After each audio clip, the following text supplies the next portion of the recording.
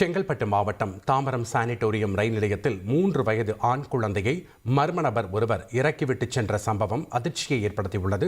கூடுதல் தகவல்களை செய்தியாளர் கசாலி வழங்க கேட்கலாம். வணக்கம் கசாலி, இந்த சம்பவத்தினுடைய முழு பின்னணி என விவரங்களை பதிவு பண்ணுங்க.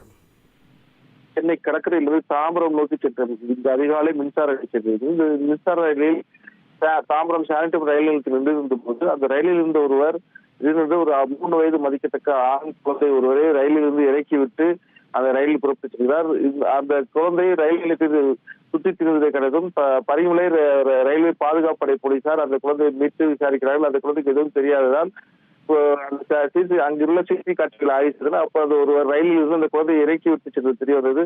இதிலிருந்து குழந்தையை மீட்ட பரிமலை ரயில்வே பாதுகாப்படை போலீசார் அந்த குழந்தையை ஆளுநரில் உள்ள குழந்தைகள் நல வாரிய அதிகாரியிடம் ஒப்படைத்தனர். இந்த குழந்தையை தற்போது காப்பத்தில் ஒப்படைத்தனர். மேலும் இந்த குழந்தையை விட்டு சென்ற யார் எதற்காக விட்டு சென்றார்கள் என்பது சம்பந்தமாக ரயில்வே போலீசார் விசாரணை நடத்துகிறார்கள். இந்த சம்பவம் அந்த பகுதியில் பெரும் பரபரப்பை ஏற்படுத்தியிருக்கிறது.